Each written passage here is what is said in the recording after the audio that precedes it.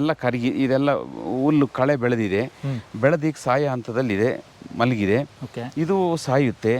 ಇದು ಸತ್ತ ಮೇಲೆ ಎಲೆ ಕಳೆಗಳು ಡಾಮಿನೆಂಟ್ ಆಗ್ತವೆ. ಈಗಾಗಲೇ ಎಲೆ ಕಳೆಗಳು ಡಾಮಿನೆಂಟ್ ಆಗ್ತದೆ ನೋಡಿ. ಈಗ ನಿಸರ್ಗಕ್ಕೆ ಹೊಂದ್ಕೊಳ್ತಾ ಇದೆ. ಈಗ ನಾವು ಇದಕ್ಕೆ ಮೇಲಿಂದ ಆಹಾರ ಕೊಡ್ತೀವಿ ಅಂತ ಕಾಯ್ತಾ ಇದೆ, ನಾವು ಆಹಾರ ಕೊಡ್ಲಿಲ್ಲ, ಹಾಗಾಗಿ ಗಿಡ ಬೆಳೆದಿದೆ. 2 ವರ್ಷದ ಗಿಡ ಅಗಲಕ್ಕೆ ಬರಬೇಕಿತ್ತು, ಈಗ ಬಂದಿಲ್ಲ. ಈಗ ಕನ್ವರ್ಷನ್ ಪೀರಿಯಡ್ ಅಲ್ಲಿ ಇದೆ. ಈಗ ಹೊಸ ಚಿಗುರೆಲ್ಲ ಬರ್ತಾ ಇದಾವೆ. ಈಗ ಅದು ಕನ್ವರ್ಷನ್ ಪೀರಿಯಡ್. ಈಗ ಇದಕ್ಕೆ ಜ್ಞಾನ ಬಂದಿದೆ. ನಾನೇ ಕೇಳಿ ಆಹಾರ ಪಡಿಬೇಕು ಈ ಭೂಮಿಯಿಂದ ಅಂತೇಳಿ ಜ್ಞಾನ ಬಂದಿದೆ. ಸೂಕ್ಷ್ಮಾಣು ಜೀವಿಗಳು, ಎರಡನೇದು ಕಣ್ಣಿಗೆ ಕಾಣೋಂಥ ಜೀವಾಣುಗಳು, 2 ಜಾತಿ ಜೀವಾಣುಗಳು ಮಣ್ಣಿನಲ್ಲಿ ಇರ್ತವೆ. ಅದರಲ್ಲಿ ಆ 2 ಜಾತಿ ಜೀವಾಣುಗಳು ಕಂಪ್ಲೀಟು ಸತ್ತು ಹೋಗಿದ್ದಾವೆ. ಈಗ ಜೀವಕೋಶಗಳೇ ಇಲ್ದಂಗೆ ಆಗೋಗಿದೆ. ಹಾಗಾಗಿ ಅದನ್ನು ರೀಕ್ರಿಯೇಟ್ ಮಾಡಬೇಕು. ರೀಕ್ರಿಯೇಟ್ ಮಾಡೋದೇ ನೈಸರ್ಗಿಕ ಕೃಷಿಯ ಮೊದಲನೇ ಹಂತ. ಸರ್, ನಿಮ್ಮ ತೋಟ ನೋಡೋಣ ಬನ್ನಿ ಸರ್. ಸರ್, ಎಷ್ಟು ಎಕರೆ ಇದೆ ಸರ್ ನಿಮ್ಮ ತೋಟ? ಸರ್, ಒಟ್ಟು 12 ಎಕರೆ ಬರುತ್ತೆ. 12 ಎಕರೆ ಬರುತ್ತೆ. ಇದನ್ನು 2007ರಲ್ಲಿ ಪರ್ಚೇಸ್ ಮಾಡಿದೆ. 2007ರಲ್ಲಿ ಪರ್ಚೇಸ್ ಮಾಡಿ 2009ಕ್ಕೆ ನನ್ನ ಹ್ಯಾಂಡ್ ಓವರಿಗೆ ಬಂತು. 8ಕ್ಕೆ 9ರಿಂದ 1 ವರ್ಷ ಭತ್ತ ಬೆಳೆದೆ. ಆಮೇಲೆ ನಂತರ ತೋಟಗಾರಿಕಾ ಬೆಳೆಗಳನ್ನ 2010ರಿಂದ ಪ್ರಾರಂಭ ಮಾಡ್ತಾ ಹೋದೆ. ಅಲ್ಲಿಗೀಗ 13 ವರ್ಷದ ತೋಟ ಇದು. 13 ವರ್ಷದ ತೋಟ. ನೀವು ಬರ್ತಾನೆ ನೈಸರ್ಗಿಕ ತೋಟ ಮಾಡಬೇಕು ಅಂದ್ಕೊಂಡೆ ಬಂದಿದ್ದು? ಹೌದೌದು, ನೈಸರ್ಗಿಕ ಕೃಷಿನೇ ಮಾಡಬೇಕು ಅಂತೇಳಿ ಬಂದವನು. ಹಾಗಾಗಿ ಅವತ್ತಿಂದನೂ ಜೀವಾಮೃತ, ಇನ್ನು ಕೊಟ್ಟಿಗೆ ಗೊಬ್ಬರ ಇದನ್ನು ಕೊಡ್ತಾ, ಮುಚ್ಚಿಗೆ ಕಳೆ ಬೆಳೆಸ್ತಾ, ಮುಚ್ಚಿಗೆ ಮಾಡ್ತಾ ನೈಸರ್ಗಿಕ ಕೃಷಿ ಮಾಡ್ತಾ ಬಂದಿದ್ದು. ಈಗಾಗಲೇ ಅಡಿಕೆ ಪ್ರಾರಂಭದಲ್ಲಿ ಹಾಕಿದ್ದು. ಆಮೇಲೆ 2ನೇ ಬೆಳೆಯಾಗಿ ಕೋಕೋ ಹಾಕಿದೆ. ಆಮೇಲೆ ಅಡಿಕೆಗಿಂತ ಮೊದಲೇ ಬಾಳೆ ಹಾಕಿದ್ದೆ ಮೊದಲನೇ ಬೆಳೆಯಾಗಿ. ಆಮೇಲೆ 2ನೇ ಬೆಳೆಯಾಗಿ ಅಡಿಕೆ ಹಾಕಿದೆ. ಆಮೇಲೆ ನಂತರ ಕೋಕೋ, ಆಮೇಲೆ ಈ ಕಾಫಿ 6 ವರ್ಷದ ಕಾಫಿ ಆಲ್ಮೋಸ್ಟ್ ಅಲ್ಲಿಗ 100% ಕನ್ವರ್ಷನ್ ಆಗಿ ಮಾಮೂಲಿ ಇಳುವರಿ ಬರ್ತಾ ಇದೆ. ಈಗ 3 ವರ್ಷದ್ದು ಕನ್ವರ್ಷನ್ ಹಂತದಲ್ಲಿದೆ. 2ನೇ ವರ್ಷದ್ದು ಸಹ ಕನ್ವರ್ಷನ್ ಹಂತದಲ್ಲಿದೆ. ಅಂದರೆ ಕೆಮಿಕಲ್ ಫಾರ್ಮಿಂಗ್ನಿಂದ ಬೆಳೆದಂಥ ಗಿಡಗಳನ್ನ ನಾವು ತರ್ತೀವಲ್ಲ, ಅವು ತಂದವೇನಾಗುತ್ತೆ ಅಂದರೆ ಇಲ್ಲಿ ನಾವು ಯಾವುದೇ ಕೆಮಿಕಲ್ಲು ಮತ್ತು ಮೇಲ್ಗೊಬ್ಬರ ಯಾವುದನ್ನು ಕೊಡಲ್ವಲ್ಲ, ಹಾಗಾಗಿ ಅವು ನಿರೀಕ್ಷೆ ಮಾಡ್ತಾ ಇರ್ತವೆ ನಮಗೆ ಆಹಾರನ ಮೇಲಿಂದ ಬರುತ್ತೆ ಅಂತೇಳಿ. ನಾವು ಕೊಡಲ್ವಲ್ಲ, ಆ ಕಾರಣಕ್ಕಾಗಿ ಅದು ಸ್ವಯಂ ಶಕ್ತಿಯಿಂದ ಅದೇ ಆಹಾರನ ಬಳಸಿ, ಅಂದರೆ ಇಂಡಿಕೇಶನ್ ಕೊಟ್ಟು ಜೀವಾಣುಗಳಿಗೆ ಆ ಸಂಪರ್ಕನ ಬರೋಕ್ಕೆ 3 ವರ್ಷ ಬೇಕಾಗುತ್ತೆ. ಆ ಜೀವಾಣುಗಳಿಗೂ ಭೂಮಿಗೂ ಮತ್ತು ಆ ಗಿಡದಕ್ಕೂ ಸಂಪರ್ಕ ಬರೋಕ್ಕೆ 3 ವರ್ಷ ಬೇಕಾಗುತ್ತೆ. 3 ವರ್ಷದ ನಂತರನ ಅದಕ್ಕೆ ಏನು ಬೇಕೋ ಅದನ್ನು ಕೇಳಿ ಪಡೆಯೋಕ್ಕೆ ಪ್ರಾರಂಭ ಮಾಡುತ್ತೆ. ಹಾಗಾಗಿ ಈ 3 ವರ್ಷದ ಗಿಡಗಳು ಎಲ್ಲವೂ ಈ ಕನ್ವರ್ಷನ್ ಪೀರಿಯಡಲ್ಲಿ ಇರೋದ್ರಿಂದ ಬದಲಾವಣೆ ಹಂತದಲ್ಲಿದ್ದಾವೆ. ಈಗ 2ನೇ ವರ್ಷದವು ಬದಲಾವಣೆ ಹಂತದಲ್ಲಿದ್ದಾವೆ. ಓಕೆ ಸರ್, ಎಷ್ಟು ವರ್ಷಕ್ಕೆ ಈಲ್ಡ್ ಕೊಡುತ್ತೆ ಕಾಫಿ? ಸರ್, ಕಾಫಿ 2.5-3 ವರ್ಷಕ್ಕೆ ಈಲ್ಡ್ ಬರುತ್ತೆ. ಈಗ ನಮ್ಮದು ಈಗ 6 ವರ್ಷದ್ದು, ಈಗ ಅದು 2 ವರ್ಷ ಆಯಿತು ಕಾಫಿ ಕೊಯ್ಯಕ್ಕೆ ಹಿಡಿದು. ಈಗ ಇದೆಯಲ್ಲ ಈ ಕಾಫಿ, ಇದೆಲ್ಲ 2 ವರ್ಷದ ಕಾಫಿ. ಹಾಗಾಗಿ ಇದು ಎಲ್ಲ ಬದಲಾವಣೆ ಹಂತದಲ್ಲಿದೆ. ಹೌದು ಸರ್. ಹಾಗಾಗಿ ಇದು ಮುಂದಿನ ವರ್ಷಕ್ಕೆ ಪರಿಪೂರ್ಣವಾದ ಬದಲಾವಣೆ ಕಾಣ್ಬೋದು ನಾವು. ಓಕೆ ಸರ್, ನೀವು ನಿಮ್ಮ ತೋಟದಲ್ಲಿ ಬಾಳೆ ಹಾಕಿದ್ರಿ, ಇವಾಗ ಒಂದು ಬಾಳೆ ಇಲ್ಲ. ಅಂದರೆ ಬಾಳೆ ಪ್ರಾರಂಭದಲ್ಲಿ ಹಾಕಿದ್ದೀವಿ 2017ರಲ್ಲಿ ನಾನೇನು ಜಮೀನು ತಗೊಂಡೆ. 8ಕ್ಕೆ ನನ್ನ ಹ್ಯಾಂಡ್ ಓವರಿಗೆ ಬಂತು. 9ಕ್ಕೆ ಭತ್ತ ಬೆಳೆದೆ. ಮತ್ತು 10ರಿಂದ ನಾನು ತೋಟ ಮಾಡೋಕ್ಕೆ ಹೋಗಿದ್ದಲ್ಲ, 10ರಲ್ಲಿ ಹಾಕಿದ್ದು ಬಾಳೆ. ಈಗ ಬಾಳೆ ಕಾಫಿಗೆ ನೆರಳಾಗುತ್ತೆ ಅಂತ ಹೇಳ್ಬಿಟ್ಟು ಬಾಳೆ ಎಲ್ಲ ತೆಗಿತಾ ಇದ್ದೀವಿ. ಇಡೀ ಟೋಟಲಿ ಒಂದು 300-400 ಗಿಡ ಇರ್ಬೋದು ಬಾಳೆ. ಅದನ್ನು ಇನ್ನು ಮುಂದಿನ ಹಂತದಲ್ಲಿ ತೆಗೆದುಬಿಡ್ತೀವಿ. ಸರ್, ಅಂದರೆ ಕಾಫಿಗೆ ಒಳ್ಳೆ ಬೆಲೆ ಇದೆ ಬಾಳೆಗಿಂತ? ಅಲ್ಲ, ಬೆಲೆ ಅನ್ನೋದಕ್ಕಿಂತ ನೆರಳಾಗುತ್ತೆ ಕಾಫಿಗೆ. ಬಾಳೆ ಇದ್ದರೆ ನೆರಳು ಜಾಸ್ತಿ ಆಗಿಬಿಡುತ್ತೆ. ಅಕಸ್ಮಾತ್ ಬಾಳೆನೇ ಇರ್ಬೋದಲ್ಲ, ಅದರಲ್ಲೂ ವರ್ಷ ಆದಾಯ ತಂದು ಕೊಡುತ್ತೆ. ಬಟ್ ಕಾಫಿ ಹಾಕಿರೋದ್ರಿಂದ ನಾವು ಇಂಟರ್ ಕ್ರಾಪ್, ದೀರ್ಘಾವಧಿ ಬೆಳೆ ಕಾಫಿ. ಬಾಳೆ ಒಂದು 10 ವರ್ಷ 15 ವರ್ಷ ಇದ್ದು ಮತ್ತೆ ಅದು ತೆಗಿಬೇಕಾಗುತ್ತೆ. ಹಾಗಾಗಿ ನಾವು ಕಾಫಿನೇ ಸಜೆಸ್ಟ್ ಮಾಡಿ ಹಾಕಿರೋದು. ಅಂದರೆ ಬಾಳೆ ಇದ್ದರೆ ಜಾಗದ್ದು ಜಾಸ್ತಿ ಅನ್ನೋದಕ್ಕಿಂತನೂ ಹೆಚ್ಚು ಹ್ಯೂಮಸ್ ಕೊಡುತ್ತೆ.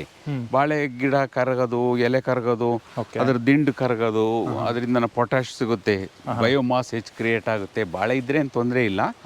ಬಟ್ ನಾವು ನೆರಳಿನ ಕಾಂಬಿನೇಷನ್ಗಾಗಿ. ನೆರಳು ಹೆಚ್ಚಾದರೆ ಕಾಫಿ ಬರಲ್ಲ. ಹಾಗಾಗಿ ಆ ಕಾರಣಕ್ಕಾಗಿ ಅದನ್ನು ಅವಾಯ್ಡ್ ಮಾಡ್ತಾ ಇದ್ದೀವಿ.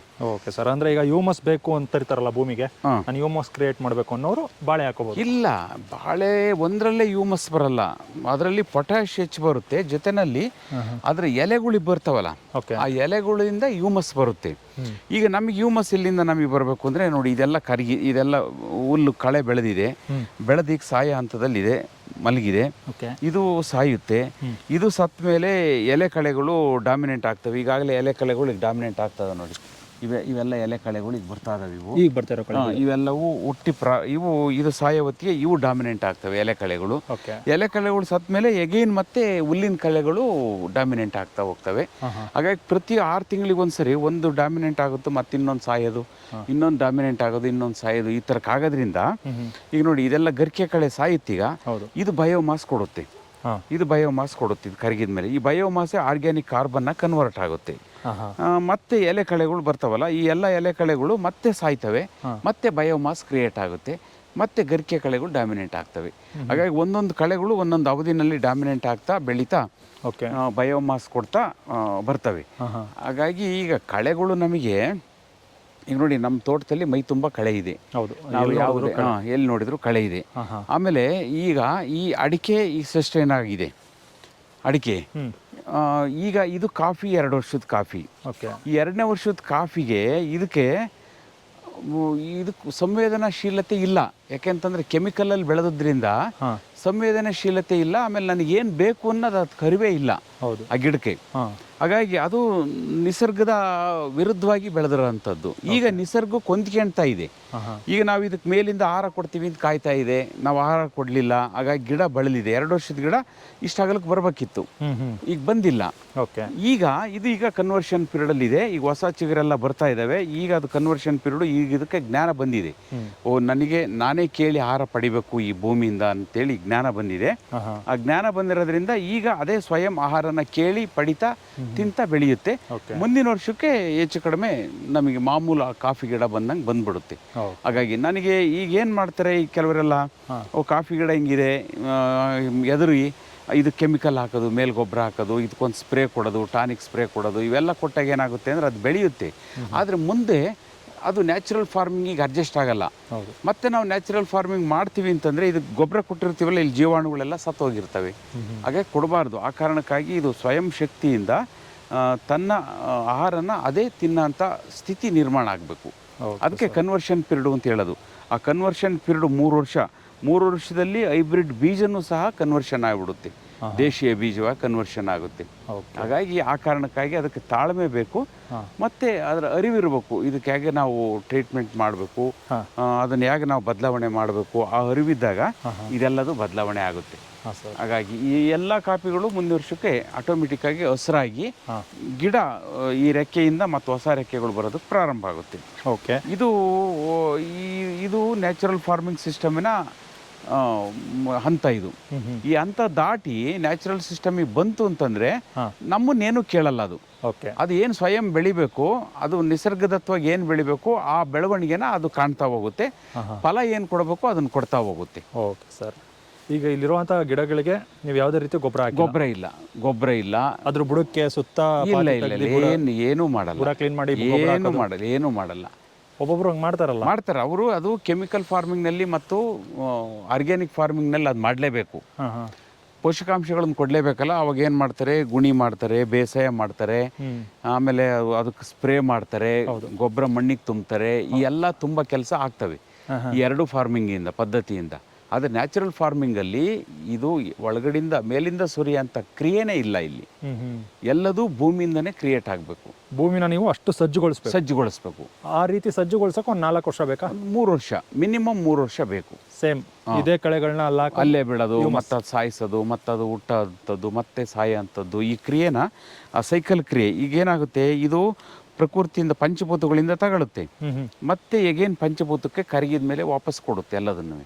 ಹಾಗಾಗಿ ಅಲ್ಲಿ ಡಿಫಿಷಿಯನ್ಸಿ ಅನ್ನೋದು ಬರಲ್ಲ. ಪಂಚಭೂತಗಳಿಂದ ಸೃಷ್ಟಿಯಾಗಿ ಪಂಚಭೂತಗಳನ್ನೇ ಸೇರ್ಕೊಳ್ಳುತ್ತೆ ಮತ್ತೆ. ಹಾಗಾಗಿ ಪಂಚಭೂತಗಳಿಂದ ಏನು ತಗೊಂಡುತ್ತೋ ಅದನ್ನು ಮತ್ತೆ ಪುನಃ ಪಂಚಭೂತ ಕೊಡೋದ್ರಿಂದ ಹಾಗಾಗಿ ಪ್ರಕೃತಿನಲ್ಲಿ ಅಸಮತೋಲನತೆ ಕಡಿಮೆ ಆಗುತ್ತೆ.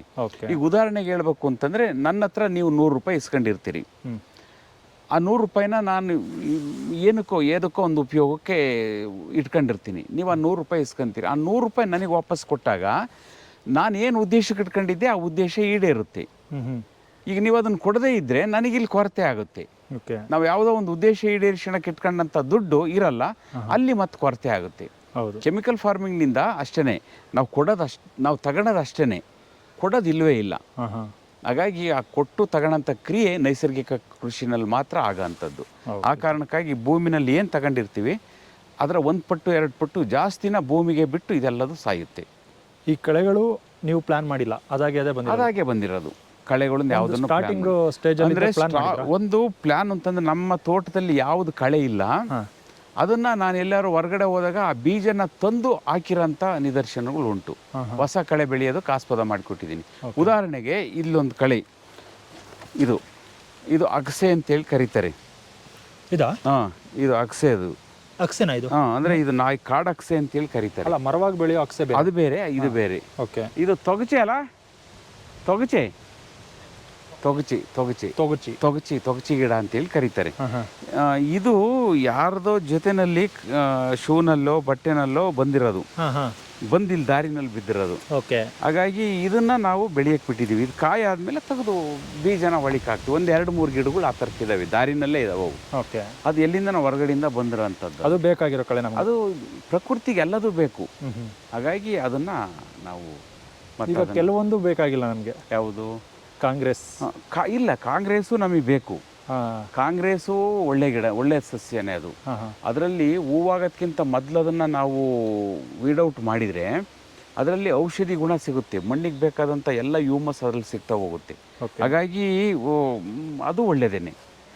ಮಣ್ಣಿನಲ್ಲಿ ಯಾವ ವಸ್ತು ಬೆಳೆಯುತ್ತೆ, ಗಿಡ ಬೆಳೆಯುತ್ತೆ, ಅದೆಲ್ಲದೂ ಭೂಮಿಗೆ ತನಗೆ ಬೇಕಾದದ್ದನ್ನೇ ಸೃಷ್ಟಿ ಮಾಡ್ಕೊಳ್ಳೋಂಥದ್ದು. ಇಲ್ಲ ಅಂದ್ರೆ ಅದು ಸೃಷ್ಟಿ ಮಾಡ್ಕೊಳ್ಳೋದೇ ಇಲ್ಲ. ಉದಾಹರಣೆಗೆ ನಿಮ್ಗೆ ಹೇಳ್ತೀನಿ, ಇದು ಒಣಗನ್ನೆ ಅಂತೇಳಿ, ಇದು ಒಣಗನ್ನೆ, ಇದು ಒಣಗನ್ನೆ ಅಂತೇಳಿ ಕರಿತೀವಿ. ಇದನ್ನು ಸಾಂಬಾರು, ಪಲ್ಯ ಎಲ್ಲದಕ್ಕೂ ಬಳಸ್ತೀವಿ. ಇದು ಕಳೆದ 5 ವರ್ಷದಲ್ಲಿ ತೋಟದಲ್ಲಿ ಎಲ್ಲೋ ಒಂದೊಂದು ಕಡ್ಡಿ ಸಿಗೋದು, ಹುಡುಕಿ ಅದನ್ನು ಸಾಂಬಾರಿಗೆ ಪಲ್ಯಕ್ಕೆ ತಗೊಂಡು ಹೋಗ್ಬೇಕಾಯ್ತು ಅಡುಗೆ ಮನೆಗೆ. ಈಗ ಎಲ್ಲ ಕಡೆ ಬೆಳೆದಿದೆ. ಇದೆಲ್ಲ ಅದೇ ಅಲ್ಲ, ಇದು ಕಟ್ಟಣಿಕೆ, ಅದು ಕಟ್ಟಣಿಕೆ ಸೊಪ್ಪು. ಇದು ಮಾತ್ರ ಒಣಗನ್ನೆ. ಇದು ಸಾಂಬಾರ್ಗೆ ಹಾಕಲ್ವಾ? ಅದು ಸಾಂಬಾರಿಗೆ ಹಾಕ್ತಿವಿ. ಅದು ಕಟ್ಟಣಿಕೆ ಅಂತೇಳಿ ಕರಿತೀವಿ. ಅದು ಕಟ್ಟಣಿಕೆ ಅಂತೇಳಿ. ಇವೆಲ್ಲವೂ ಎಲೆ ಜಾತಿ ಕಳೆಗಳು. ಇದು ಈಗ ಡಾಮಿನೆಂಟ್ ಆಗಿದೆ ಎಲ್ಲ ಕಡೆ.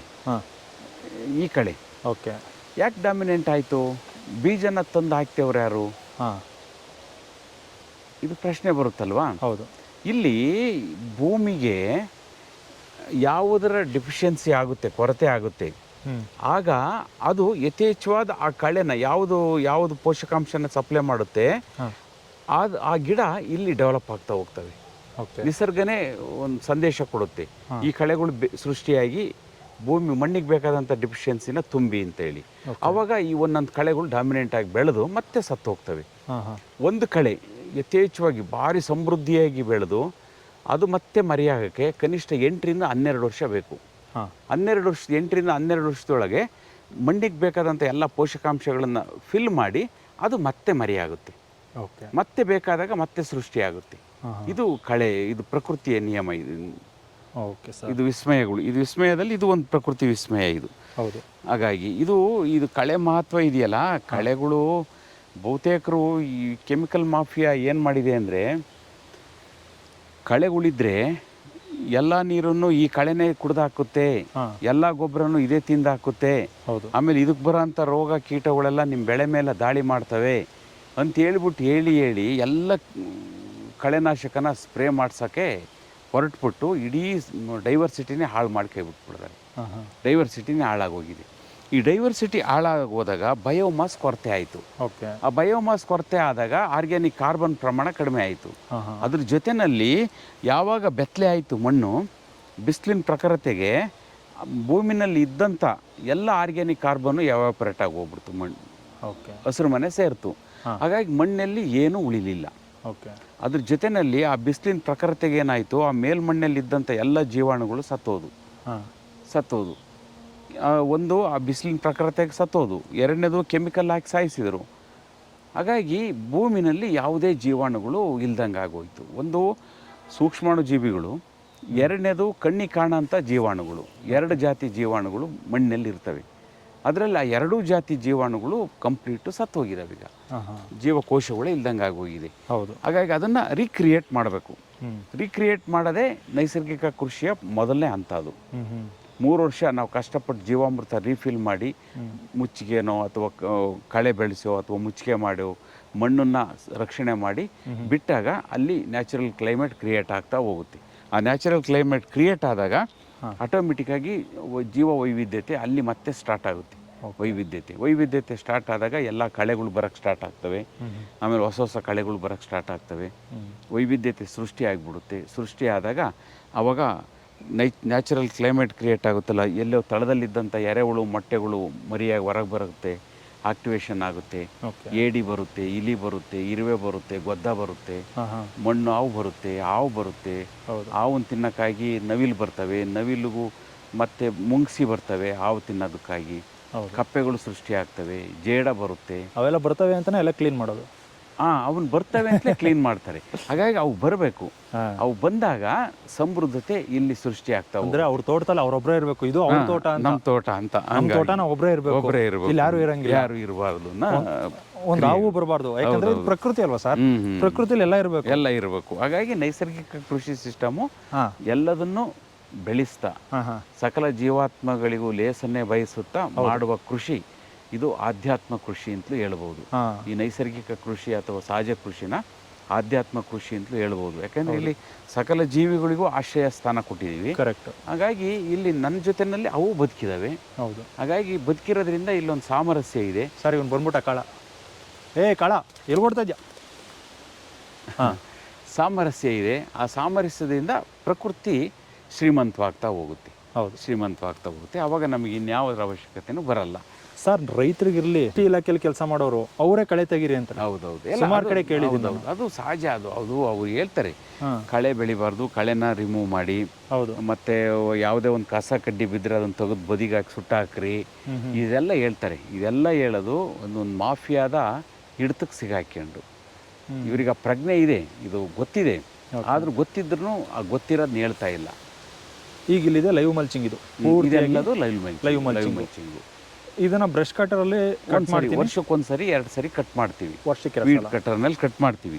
ವೀಟ್ ಕಟರ್ನಲ್ಲಿ ಕಟ್ ಮಾಡಿದಾಗ ಅದು ಅಲ್ಲೇ ಬಿದ್ದು ಮತ್ತೆ ಅದು ಡಿಕಂಪೋಸ್ ಆಗಕ್ಕೆ ಸ್ಟಾರ್ಟ್ ಆಗುತ್ತೆ. ಅವಾಗ ನಾವು ಹಾರ್ವೆಸ್ಟಿಂಗ್ ಕೆಲಸ ಮುಗಿಸ್ಕೊಂತೀವಿ, ಮತ್ತೆ ಕಳೆ ಬೆಳೆಯಕ್ಕೆ ಬಿಡ್ತೀವಿ. ಓಕೆ. ಹಾಗಾಗಿ ಅಂದರೆ ಹಾರ್ವೆಸ್ಟ್ ಅಡಿಕೆ ಕೊಯ್ಯುವಾಗ ಮಾತ್ರನ. ಎಷ್ಟು ಎತ್ತರ ಆಗುತ್ತೆ ಸರ್ ಈ ಕಳೆಗಳು? ಇಲ್ಲ, ಈಗ ಇದಿಷ್ಟು ಎತ್ತರ ಬಂದಿದೆಯಲ್ವಾ, ಈಗ ಇದು ಹೂವು ಆಯಿತು. ಇದು ಇದ್ರ ಬೆಳವಣಿಗೆ ಕೊನೆ ಅಂತ. ಹೂವಾಗಿ ಬೀಜ ಆದಮೇಲೆ ಇದು ಸಾಯಕ್ಕೆ ಸ್ಟಾರ್ಟ್ ಆಗುತ್ತೆ. ಓಕೆ. ಸಾಯಕ್ಕೆ ಸ್ಟಾರ್ಟ್ ಆಗುತ್ತೆ. ಇದು ಸಾಯಕ್ಕೆ ಸ್ಟಾರ್ಟ್ ಆದ ತಕ್ಷಣ ಈ ಎಲೆ ಕಳೆಗಳೆಲ್ಲ ಡಾಮಿನೇಟ್ ಆಗ್ತಾ ಬರ್ತವೆ. ಇವೆಲ್ಲ ಡಾಮಿನೇಟ್ ಆಗ್ತವೆ. ಇವೆಲ್ಲವೂ ಡಾಮಿನೇಟ್ ಆಗ್ತವೆ. ಅದು ಡಾಮಿನೇಟ್ ಆಗುತ್ತೆ. ಮತ್ತೆ ಅವಕ್ಕೊಂದು ಅವಧಿ ಇದೆಯಲ್ಲ, ಲೈಫ್ ಸ್ಪೈನು. ಹೌದು. ಆ ಲೈಫ್ ಸ್ಪೈನ್ ಮುಗಿದ ಮೇಲೆ ಮತ್ತೆ ಅವು ಸಾಯ್ತವೆ, ಮತ್ತೆ ಹೊಸ ಕಳೆಗಳು ಸೃಷ್ಟಿ ಆಗ್ತವೆ. ಅಂದ್ರೆ ನಿಮಗೆ ಇಲ್ಲಿ ಕಟ್ ಮಾಡೋ ಕೆಲಸನೂ ಇಲ್ಲ. ಅದೇ ಹೋಗುತ್ತೆ, ಅದೇ ಬೆಳೆಯುತ್ತೆ. ಸಹಜ. ಅದು ಈಗ ಒಂದಕ್ಕೂ ಒಂದು 6 ತಿಂಗಳು, 3 ತಿಂಗಳು, 2 ತಿಂಗಳು ಈ ಥರಕ್ಕೊಂದು ಜೀವಿತ ಅವಧಿ ಇದೆ. ಆ ಜೀವಿತ ಅವಧಿ ಒಳಗೆ ಹುಟ್ಟುತ್ತವೆ, ಸಾಯ್ತವೆ. ಹೌದು. ಹಾಗಾಗಿ ಕಳೆಗಳು ಈ ಕಾರಣಕ್ಕಾಗಿ ನಮ್ಮ ಶತ್ರು ಅಲ್ವೇ ಅಲ್ಲ. ಕಳೆಗಳಿಂದ ಇಷ್ಟೆಲ್ಲ ನಮಗೆ ಆರ್ಗ್ಯಾನಿಕ್ ಕಾರ್ಬನ್ ಪ್ರಮಾಣ ಜಾಸ್ತಿ ಆಗುತ್ತೆ, ಅದೆಲ್ಲ ಒಂದು ಕಡೆ ಆಯ್ತಲ್ವಾ. ಇನ್ನು 2ನೇ ಹಂತ ನೋಡಿ, ಅದು ಪ್ರಕೃತಿ ಎಷ್ಟು ಅದರ ವಿಸ್ಮಯತೆ ಇದೆ ಅಂತಂದರೆ, ಈಗ ಉದಾಹರಣೆಗೆ ಇದೊಂದು ಕಳೆ ಬೆಳೀತು, ಇದು ಬೆಳೀತಿದ್ದು. ಓಕೆ. ಇದರ ಲೈಫ್ ಸ್ಪ್ಯಾನ್ ಎಷ್ಟು? 2.5 ತಿಂಗಳು. 2.5 ತಿಂಗಳಿಗೆ ಹುಟ್ಟಿ ಸತ್ತೋಗುತ್ತೆ. ಇದು ಬೆಳಕಿನಿಂದ ಕಾರ್ಬನ್ ಡೈಆಕ್ಸೈಡು ವಾತಾವರಣದಿಂದ ಕೆಳಗಡೆಯಿಂದ ನೀರು, ಬೇರಿನಿಂದ ನೀರು ತಗೊಂಬಿಟ್ಟು ಇಲ್ಲಿ ಇದು ಆಹಾರ ಉತ್ಪತ್ತಿ ಮಾಡಿಕೊಳ್ಳುತ್ತೆ. ಆಹಾರ ಕಾರ್ಬೋಹೈಡ್ರೇಟ್ನ ಉತ್ಪತ್ತಿ ಮಾಡಿ, ಅದು ಕಾರ್ಬೋಹೈಡ್ರೇಟ್ ಅಂತಾರೆ, ಸಕ್ಕರೆ ಅಂಶ, ಅದಕ್ಕೆ ಶುಗರ್ ಅಂತಲೂ ಕರೀತಾರೆ, ಗ್ಲೂಕೋಸ್ ಅಂತಲೂ ಕರೀತಾರೆ. ಅದನ್ನು ತಗೊಂಡು ಇದು ತನ್ನ ದೇಹ ಪೋಷಣೆಗೆ 60 ಭಾಗ ಬಳಕೆ ಮಾಡಿಕೊಳ್ಳುತ್ತೆ. ಇನ್ನು 40 ಭಾಗನ ಈ ಬೇರಿನ ಮೂಲಕವಾಗಿ ಭೂಮಿಗೆ ಸ್ಪ್ರೆಡ್ ಮಾಡುತ್ತೆ. ಕಾರ್ಬೋಹೈಡ್ರೇಟ್ನ ಭೂಮಿಗೆ ಯಾಕೆ ಸ್ಪ್ರೆಡ್ ಮಾಡುತ್ತೆ? ಇದಕ್ಕೊಂದು ಸೆನ್ಸ್ ಇದೆ. ನಾನು ಡೆವಲಪ್ ಆಗೋದಕ್ಕೆ ಪೋಷಕಾಂಶಗಳನ್ನು ಸಪ್ಲೈ ಮಾಡಿರೋ ಜೀವಾಣುಗಳು, ಆ ಜೀವಾಣುಗಳು ನನ್ನ ಭವಿಷ್ಯಕ್ಕಾಗಿ ಅವು ಬದುಕಬೇಕು ಭೂಮಿನಲ್ಲಿ ಅಂತೇಳಿ ಆ ಗ್ಲೂಕೋಸ್ನ ಬೇರಿನ ಮೂಲಕವಾಗಿ 40 ಭಾಗನ ಕೊಡ್ತಾ ಹೋಗುತ್ತೆ. ಓಕೆ. ಮೈ ತುಂಬ ಬೆಳೆದಿರೋಂಥ ಇಷ್ಟು ಕಳೆ ಪ್ರತಿನಿತ್ಯ 40% ಕಾರ್ಬೋಹೈಡ್ರೇಟ್ನ ಭೂಮಿಗೆ ಫಿಕ್ಸ್ ಮಾಡ್ತಾ ಹೋದು ಅಂತಂದರೆ ಮಣ್ಣಲ್ಲಿರೋಂಥ ಎಲ್ಲ ಜೀವಾಣುಗಳಿಗೂ ಅದು ಆಹಾರವಾಗುತ್ತೆ. ಆಹಾರವಾಗಿ ಅವು ಅದು ತಿಂತ ಪ್ರತಿ 20 ನಿಮಿಷಕ್ಕೊಂದ್ಸರಿ ಮರಿ ಆಗ್ತಾ ಅವು ಅವ್ರವ್ರ ಜೀವನ ಚಕ್ರ ಮಾಡ್ತಾ ಹೋಗ್ತವೆ. ಈ ಗಿಡಕ್ಕೆ ಬೇಕಾಗಿದ್ದು ಪೊಟ್ಯಾಶ್ ಸಪ್ಲೈ ಮಾಡ್ತವೆ, ನೈಟ್ರೋಜನ್ ಸಪ್ಲೈ ಮಾಡ್ತವೆ, ಫಾಸ್ಫರಸ್ ಸಪ್ಲೈ ಮಾಡ್ತವೆ, ಇದಕ್ಕೆ ಬೇಕಾದಂಥ ಲಘು ಪೋಷಕಾಂಶಗಳನ್ನು ಸಪ್ಲೈ ಮಾಡ್ತವೆ. ಈ ಎಲ್ಲ ಕೆಲಸನ ಅವೇ ಮಾಡ್ತಾ ಹೋಗ್ತವೆ. ಹಾಗಾಗಿ ಇಲ್ಲಿ ನೋಡಿ, ಇದು ಭೂಮಿನಲ್ಲಿರೋಂಥ ಸೂಕ್ಷ್ಮಾಣು ಜೀವಿಗಳಿಗೆ ಕಾರ್ಬೋಹೈಡ್ರೇಟ್ನ ಸಪ್ಲೈ ಮಾಡುತ್ತೆ. ಆ ಜೀವಾಣುಗಳು ಇದಕ್ಕೆ ಬೇಕಾದಂಥ ಪೋಷಕಾಂಶಗಳನ್ನು ಸಪ್ಲೈ ಮಾಡ್ತಾ ಹೋಗುತ್ತೆ. ಇದು ಕೊಡುತ್ತೆ ಮತ್ತು ಅದರಿಂದ ತಗೊಳುತ್ತೆ. ಪ್ರಕೃತಿಗೆ ತಗೊಳುತ್ತೆ ಮತ್ತು ಪ್ರಕೃತಿಗೆ ವಾಪಸ್ ಕೊಡುತ್ತೆ. ಹಾಗಾಗಿ ಇಲ್ಲಿ ಕೊಟ್ಟು ತಗೊಳ್ಳೋಂಥ ಕ್ರಿಯೆ ಎಲ್ಲರದು ಸಮಾನವಾಗಿ ನಡೀತಾ ಹೋಗ್ತಾ ಇದೆ. ಅಂದ್ರೆ ಇಲ್ಲಿ ಒಬ್ಬ ರೈತ ಬಂದ, ಅಂಗಡಿಗೆ ಹೋದ, ಕೆಮಿಕಲ್ ಹೌದು, ಕಳೆ ಔಷಧಿ ತಂದ, ಅದನ್ನೆಲ್ಲ ನಾವು ರೌಂಡ್ ಅಪ್ನ ಸ್ಪ್ರೇ ಮಾಡಿದ್ವಿ ಅಂತಂದ್ರೆ ಇಡೀ ಡೈವರ್ಸಿಟಿ ನಾಶವಾಗಿ ಹೋಗ್ಬಿಡ್ತು. ಕಳೆಗಳೆಲ್ಲ ಹೋಯ್ತು. ಅದು ಭೂಮಿಗೆ ಎಷ್ಟು % ಕೊಡ್ತಿತ್ತು ಆಹಾರ, ಅದು ನಿಲ್ತು. ಮತ್ತೆ ಸೂಕ್ಷ್ಮ ಜೀವಿಗಳು ಸತ್ತೋಯ್ತು, ಮಣ್ಣು ಜೀವಿಗಳು ಸತ್ತೋದು. ಹೌದು, ಮಣ್ಣು ಇದು ಸೂಕ್ಷ್ಮಾಣು ಜೀವಿಗಳಿಗೆ ಆಹಾರವಾಯಿತು. ಇನ್ನು ಎರಡನೇ ಹಂತದಲ್ಲಿ ಈ ಕೆಳಗಡೆ ಹಂತ ಇದೆಯಲ್ಲ, ಈ ಹಂತ ಇದೆಯಲ್ಲ, ಇದು ಮಣ್ಣು ಜೀವಿಗಳಿಗೆ ವಾಸಸ್ಥಾನ. ಇದು ಈ ನೆರಳು, ಈ ಕತ್ತಲೆ ವಾತಾವರಣ ಇದೆಯಾ, ಈ ಮಣ್ಣು ಜೀವಿಗಳಿಗೆ ವಾಸಸ್ಥಾನ. ಇದು ಕತ್ತಲೆ ಲೋಕ. ಇಲ್ಲೊಂದು ಜೀವಿ ಇದೆ. ಇದು ನಮ್ಮ ಕಣ್ಣಿಗೆ ಕಾಣದಿರೋ ಜೀವಿಗಳು ಎಷ್ಟೊಂದಿದ್ದಾವೆ? 1 ಅಡಿ ಪ್ರದೇಶಕ್ಕೆ 300ರಿಂದ 800 ಕೋಟಿ ಮೈಕ್ರೋಬ್ಸ್ಗಳು 1 ಅಡಿ ಪ್ರದೇಶದಲ್ಲಿ ಇರ್ತವೆ. 1 ಅಡಿ ಪ್ರದೇಶದಲ್ಲಿ. ಇನ್ನು ಇವೆಲ್ಲ ಮಣ್ಣು ಜೀವಿಗಳೆಲ್ಲ ಏನು ಮಾಡ್ತವೆ ಅಂದರೆ, ಇವು ಸಾಕಷ್ಟು ಇದಾವೆ. ಮಣ್ಣು ಹಾವಿದಾವೆ, ಎರೆಹುಳು ಇದ್ದಾವೆ, ಓಡುಳ ಇದೆ, ಕುಂಬಾರ ಹುಳ ಇದೆ, ಇಲಿ ಇದೆ, ಇರುವೆ ಇದೆ. ಇವೆಲ್ಲವೂ ಕಣ್ಣಿಗೆ ಕಾಣ ಅಂತ ಇವು. ಹೌದು. ಇವೆಲ್ಲವೂ ಏನು ಮಾಡ್ತವೆ, ಸಹಸ್ರಪದಿ ಇದೆ, ಅಡಿಕೆ ಹುಳ ಅಂತ ಕರಿತೀವಿ, ಅದಿದೆ. ಇವೆಲ್ಲವೂ ಮಣ್ಣನ್ನು ಫಲವತ್ತತೆ ಮಾಡೋಂಥ ಕ್ರಿಯೆಗೆ ಅವು ಮುಂದಾಗ್ತಾ ಇರ್ತವೆ. ಹಾಗಾಗಿ ಇಷ್ಟು ಕ್ರಿಯೆನ ಈ ಕಳೆ ಮಾಡೋದ್ರಿಂದ, ಕಳೆ ಬೆಳೆಸೋದ್ರಿಂದ, ಮುಚ್ಚಿಗೆ ಮಾಡೋದ್ರಿಂದ ಇದು ಸಿಕ್ಕಿ ಹೋಗ್ಬಿಡುತ್ತೆ. ಹಾಗಾಗಿ ಎಲ್ಲ ಮಲ್ಚಿಂಗಿಗಿಂತ ಈ ಜೀವಂತ ಮುಚ್ಚಿಗೆ ಇದೆಯಲ್ಲ, ಇದು ಎಲ್ಲಾ ರೀತಿಯಿಂದನೂ ಬೆನಿಫಿಟ್ ಆಗಿರೋದು ರೈತನಿಗೆ. ಇದು ಜೀವಂತ ಹೊದಿಕೆ. ಇದಾದ ನಂತರ ನಾವು ಮೇಲ್ಗಡೆಯಿಂದ ಬಿದ್ದಂತ ಗರಿನ ಅಲ್ಲೇ ಬಿಡ್ತೀವಿ. ಅಲ್ಲಿ ಬಿದ್ದಿದೆ, ಅದು ಅಲ್ಲೇ ಬಿಟ್ಟಿರ್ತೀವಿ. ಅದನ್ನೇನು ನಾವು ಮತ್ತೆ ಮುಟ್ಟಕ್ಕೆ ಹೋಗಲ್ಲ. ಇದ್ರದ್ದು ಎಷ್ಟು ಸಿಗುತ್ತೆ ಸರ್ ನಮಗೆ? ಇದ್ರದ್ದು ಕೂಡ ಹೌದು. ಈಗ ಇದು ಡಿಕಂಪೋಸ್ ಆಗುತ್ತೆ. ಇದು ಡಿಕಂಪೋಸ್ ಆಗಿದ್ದು ನೋಡಿ, ತಳಭಾಗದಲ್ಲಿ ಎಲ್ಲದೂ ಡಿಕಂಪೋಸ್ ಆಗ್ತಾ ಇದೆ. ಇದು ಒಂದು ಹಂತದ, ಇದು ಈಗ ಇತ್ತೀಚೆಗೆ ಬಿದ್ದಿರೋದು. ಇಲ್ಲಿ ನೋಡಿ ಬನ್ನಿ, ಇಲ್ಲಿ ನೋಡಿ, ಇಲ್ಲೆಲ್ಲ ಇದ್ರ ಕೆಳಗಡೆಗೆ ಇಲ್ಲಿ ನೋಡಿ ಎಷ್ಟು ಡಿಕಂಪೋಸ್ ಆಗಿರೋದು. ನೋಡಿ ಎಷ್ಟು ಹುಳ ಉಪ್ಟಿಗಳು ಕಾಣ್ತವೆ. ಇವೆಲ್ಲಕ್ಕೂ ಇದು ವಾಸಸ್ಥಾನ. ನೋಡಿ, ಇದೆಲ್ಲ ಹ್ಯೂಮಸ್. ಇದು ಈ ಕಪ್ಪುಗೇನು ಕಾಣುತ್ತೆ, ಇದೆಲ್ಲದು ಹ್ಯೂಮಸ್ ಕನ್ವರ್ಷನ್ ಆಗ್ತಾ ಇದೆ. ನೋಡಿ ಎಷ್ಟು ಹುಳ ಉಪ್ಟೆಗಳು.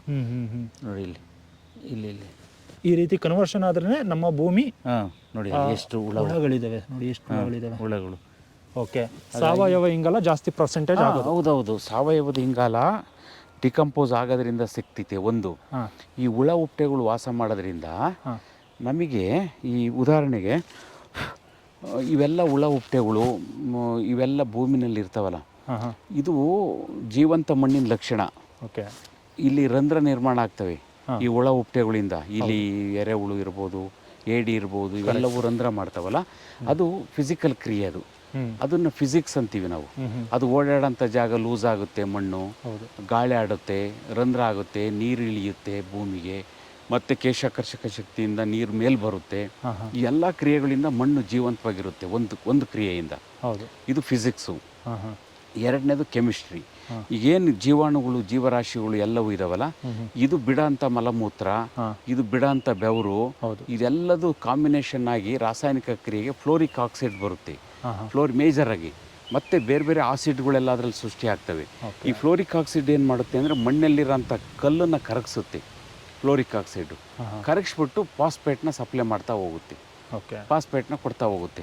ಆಮೇಲೆ ಇವು ಎರೆಹುಳುಗಳು ಕೆಳಭಾಗಕ್ಕೆ ಹೋಗ್ತವೆ, 24 ಅಡಿ ಆಳಕ್ಕೆ ಹೋಗ್ತವೆ. ಅಲ್ಲಿಂದ ನಾವು ಖನಿಜಾಂಶಗಳನ್ನೆಲ್ಲ ಒತ್ತು ತರ್ತವೆ. ಅಲ್ಲಿ ನಮಗೆ ಮ್ಯಾಗ್ನೀಸ್ ಸಿಕ್ತು, ಸತು ಸಿಕ್ತು, ಸಲ್ಫರ್ ಸಿಕ್ತು, ಎಲ್ಲದು ಅಲ್ಲಿ ಸಿಗ್ತಾ ಹೋಗುತ್ತೆ. ಹಾಗಾಗಿ ಒಂದೊಂದು ನಿರಂತರ ಕ್ರಿಯೆಯಿಂದ ಅವು ಇಲ್ಲಿ ಡೆವಲಪ್ ಆಗ್ತಾ ಹೋಗುತ್ತೆ, ಮಣ್ಣನ್ನು ಡೆವಲಪ್ ಮಾಡ್ತಾ ಹೋಗ್ತವೆ. ಆಮೇಲೆ ಇದು ಕೆಮಿಸ್ಟ್ರಿ ಆಯಿತು. ಇನ್ನು ಬಯಾಲಜಿ, ಅಷ್ಟೂ ಜೀವಾಣುಗಳು, ಕಣ್ಣಿ ಕಾಣಂಥ ಜೀವಿಕೋಶಗಳು ಅವೆಲ್ಲವೂ ಸಾಯ್ತವೆ.